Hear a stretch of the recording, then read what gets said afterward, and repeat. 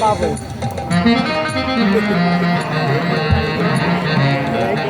বাড়ি ওই বাতে ঘুরে আবার এই বাতে উঠে তো উঠে উঠে উজ্জ্বল হাজারা মানুষ হলেও তার ছেলেটা মানুষ হয়নি। ও যদি সেদিন ছুটে না আসতো তাহলে সুন্দরীর কবর থেকে আমার সম্ভব কিছুতেই বাঁচত না। একে মামা অনেকবার আমাকে উজ্জ্বল ছেলে হ্যাঁ মামা আমিও তো তাই শুনছি। হাসা ছেলে যেমন নিশ্চয়ই আমাদের মধুর ব্যবহার উজ্জ্বল ছেলে যখন ভালো হবে আমি ভাবতেই পারিনি। ও কেন এসেছে জানো? হ্যাঁ শুনেছি বাপ ঠাকুরদার ভিটে জমির দখল নিতে এসেছে। আরে শুধু দখল নিতে নাই পৈতৃক ভিটিতে বাড়ি তুলবে, কিন্তু আমি ভাবছি ওই সাদা সাহেব কত সহজে ছেড়ে দেবে। ও যাদের ব্যাপার তারাই বুঝবে, উনি আমার কোনো মাথা ব্যথা নেই। আচ্ছা মামা বলছিলাম ডাক্তারবাবু কি বলে গেল? বলে চিন্তার কোনো কারণ নেই, মাথার ঘাড় এসে কিন্তু বুঝাতে সময় লেগে এসবের জন্য আজ কদিন ধরে রামায়ণের তালিমও নেওয়া হচ্ছে না। বারবার শিখেছি জীবন আগে মা, জীবন আগে। উজ্জ্বল হালদারের ছেলে অনির্বাণ, যে উজ্জ্বল হালদার আমার মায়ের সঙ্গে প্রতারণা করেছে। আশ্চর্য, সেই প্রতারকের ছেলেকে নিয়ে আমি এত কেন ভাবছি? যতই ওকে আমি দূরে সরিয়ে রাখতে চাইছি ততই যেন আমার চিন্তার মধ্যে এসে আমাকে জ্বালাতন করছে।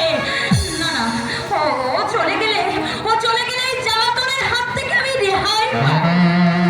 দাঁড়িয়ে নিশ্চয়ই আমার কথা ভাবছেন যে কোন আপদ এসে জুটলো। আপনি বুঝি আপদ? আপদ বলেই তো আপনাদের বিপদে ফেলেছি। আচ্ছা আপনি উঠে এলেন কেন? যদি বলি আপনি আমাকে উঠিয়ে নিয়ে এসেছেন। আপনার কথার তাৎপর্য আমি সত্যি কিছু বুঝতে পারছি না। দেখুন, জগতে এমন অনেক বিষয় আছে যা একা একা ভাবতে ভালো লাগে, কিন্তু যাকে নিয়ে সে ভাবনা, তাকে সে ভাবনার কথাটা বলবার ইচ্ছা থাকলেও বলা যায় না।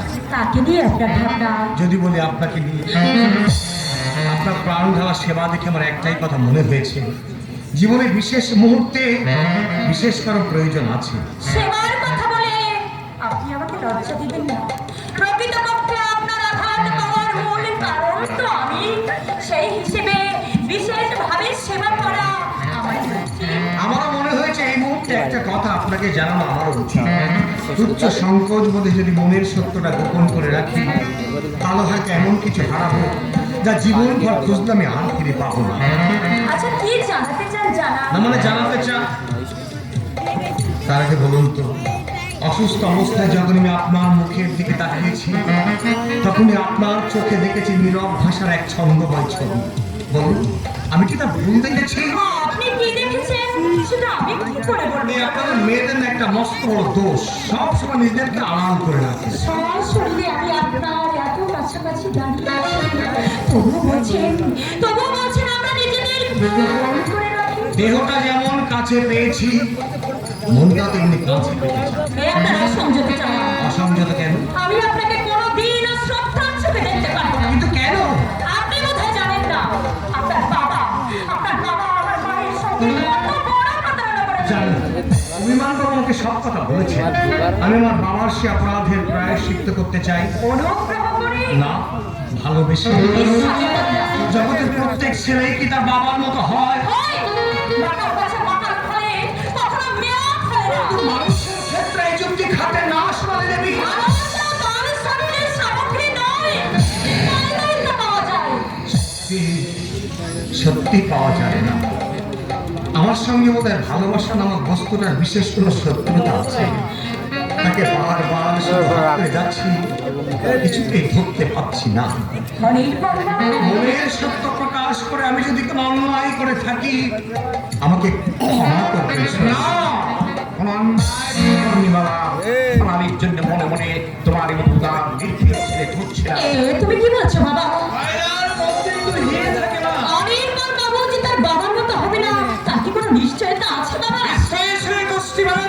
মানুষকে যাচাই করলে বোঝা যায় কতটুকু খাদ আছে। অন্যের সম্ভ্রম বাজাতে যে নিজের ঝুঁকি নেয়, অপরের কাছে মনের কথা অকপটে ব্যক্ত করে, আপনজনদের ভুলের জন্য যার মনে অনুশোচনা আসে সে কখনো মানুষকে ঠকাতে পারে না। মা, কিন্তু আমার মায়ের সেই অপমান তোমার মা যা মনে রাখিনি তুমি এটা মনে রেখো না। মা, একটা কথা তোমার মা বলতো, জীবনকে হালকা করে না রাখলে দুঃখে চোখের দুলো জমে জমে জীবনকে ঢেকে ফেলবে। মায়ের এই কথাটা মনে রাখলে তোমার গায়ে কোনো দুঃখের ধুলো লাগবে না মা। মনে রাখবো বাবা, তোমার এই কথা আমি চিরদিন এবার আর মনে কাটাচ্ছে। রাখবো। অনির্বাণ, আমার বন্ধুর ছেলে বলে যে তোমাকে আমি ভালোবেসেছি তা নয়, তোমার মধ্যে আমি এমন কিছু দেখেছি যা সচরাচর দেখা যায় না।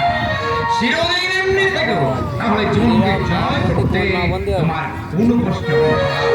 কোনো কষ্ট হবে না।